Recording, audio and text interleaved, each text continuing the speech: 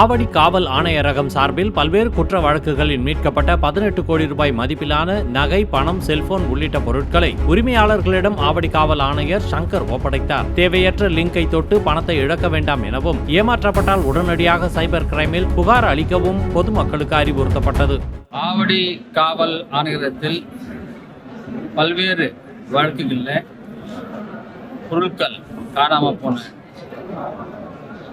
பொருட்களை காவல்துறையினர் துரிதமாக செயல்பட்டு அதை மீட்டு இன்றைக்கு உரிமையாளர்களிடம் ஒப்படைக்கப்பட்டது.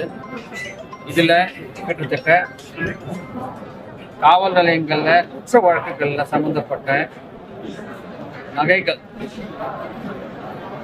87,000 நகைகள், அதே மாதிரி சில்வர், வெள்ளி கிட்டத்தட்ட 900 kg எல்லாம் மொத்த மதிப்பு 11 கோடி உள்ள மதிப்பு உள்ள பொருட்களை மீட்டு கொடுத்துருக்கிறோம். இதே மாதிரி சிசிபியில் பல்வேறு பொருளாதார குற்றங்களில் கிட்டத்தட்ட 7 கோடி மதிப்புள்ள நிலங்கள், ரொக்க பணம் இதெல்லாம் மீட்டு கொடுத்துருக்கிறோம். சைபர் கிரைமில் 57 லட்சம் பணம் திருப்பி கொடுத்துருக்கோம். ஆவடி காவல் ஆணையத்தில் வழக்குகளை துரிதமாக விசாரித்து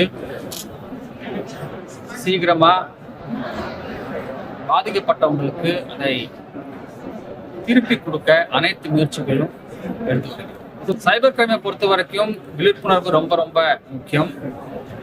ஏற்கனவே பல விழிப்புணர்வு நிகழ்ச்சிகள் நாங்கள் நடத்தி வருகிறோம். குறிப்பாக 1930 அந்த ஹெல்ப்லைன், சைபர் கிரைம் போர்ட்டல் இதெல்லாம் பற்றி நிறைய விழிப்புணர்வு செஞ்சு வருகிறோம்.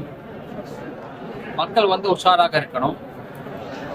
தெரியாத வெப்சைட்ஸ்ல எல்லாம் போய் பணத்தை போடக்கூடாது. அதே மாதிரி பேங்க் சம்பந்தப்பட்ட விஷயங்கள், பாஸ்வேர்டு, ஓடிபி இதெல்லாம் ஷேர் பண்ணக்கூடாது. நிறைய இப்போ ஆன்லைன் ஜாப் ஸ்கேம்ஸ், வேலை வாய்ப்புகள் உள்ள ஸ்கேம்ஸ் வருது. அதுக்கெல்லாம் நீங்கள் ஆளாகக்கூடாது. அதே போல் ஆன்லைன் ஸ்டாக் ட்ரேடிங்,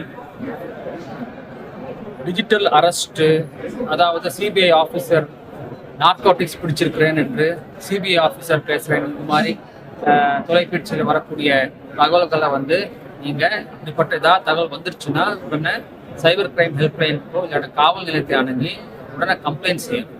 இதில் பயந்து பணத்தை போடக்கூடாது. இதெல்லாம் ஃப்ராடு, சைபர் ஃப்ராட்ஸு, சைபர் குற்றவாளிகள் செய்யக்கூடிய மோசடி வேலைகள். அதை நீங்கள் உங்களை பாதுகாக்கணும். அதற்கு முக்கியமான விஷயம் விழிப்புணர்வு, பயப்படக்கூடாது. அதே மாதிரி தெரியாத வெப்சைட்ஸில் ஆன்லைன்லாம் போய் பணத்தை போடக்கூடாது.